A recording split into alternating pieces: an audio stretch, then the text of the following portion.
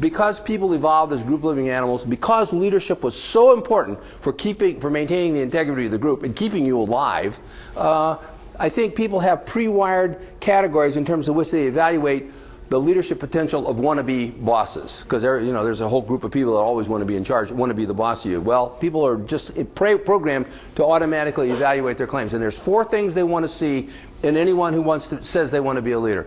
The first thing they want to, and they're in this order because this is the order of importance. This is the most important. If you claim to be in charge, the first thing people want to know is, can they trust you? And that is the worst, and they're constantly watching everything you say to see if it matches what you're doing. Are you playing favorites? Are you stealing? Are you harassing? Are you bullying? Are you stealing time? So, and so what's an example here? Bill Clinton. He's having an affair with this intern. His wife asks him if he's having an affair, and he says no. And so she goes public and defends him. And then later on it turns out that he was lying, and so she confronts him, and this is in her biography, and she says, well, why did you lie to me?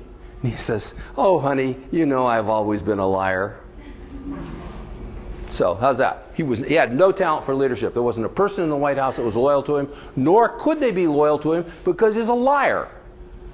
If you're going to lie to your wife, who are you not going to lie to? Okay, so that's the first thing people want to see. Bill Clinton's not a leader by definition.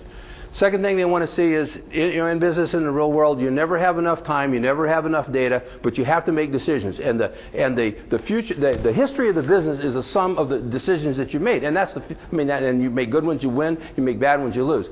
Second thing people want to know is, can we trust you to make good decisions? Like, let's invade Iraq and put Donald Rumsfeld in charge. Yeah, $1 trillion later. $1 trillion gone, and how many dead guys? And how many more wounded for the rest of their lives? So they want to know if you made good decisions, good, defensible decisions in a quick and timely way. So, and there are people that can do that, and there are people that can't. So Ulysses S. Grant, one of the 4 greatest generals in the history of the business, was just unbelievable in his ability to say, and the confusion and the noise and people trying to kill you, and then you make a decision, okay, go that way, and he get it right. So they want to know if they can trust you, they want to know if you have good decision making. Third thing they want to know is, do you know anything about the business? Because this is what's wrong with higher education in America. All those administrators, all the quote leadership, they're all failed academics. They have no competence in business, so they go into administration. So that's what you mean by an empty suit. You got to. So, and what would be an example you would know immediately? You would or wouldn't know. There was a guy named Terry Semel, who they made as CEO of Yahoo, but he was from Hollywood. He was a filmmaker. He didn't know a damn thing. He was not in business. It's an engineering and high-tech business. Done. He's got nothing credible to say at any point. So you need to be good at the business, and then finally, so you need to be honest. You need to make good decisions. You need to know something about what you're talking about, and finally, can you explain why it matters?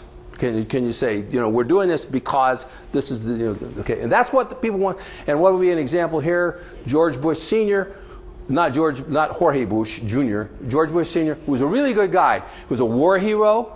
He graduated from Yale in 3 years. He was Phi Beta Kappa. Everyone who knew him said he was a prince of a guy. He was, the only thing he had in common with his son was they were both profoundly anti-intellectual. They hated ideas. And so when Bush was running, he swept into office behind Reagan, and he's running against Clinton, and they said, Mr. President, what's your vision for your next term? And he said, vision? What is this vision thing? I mean, you can say the same thing about Obama, by the way, but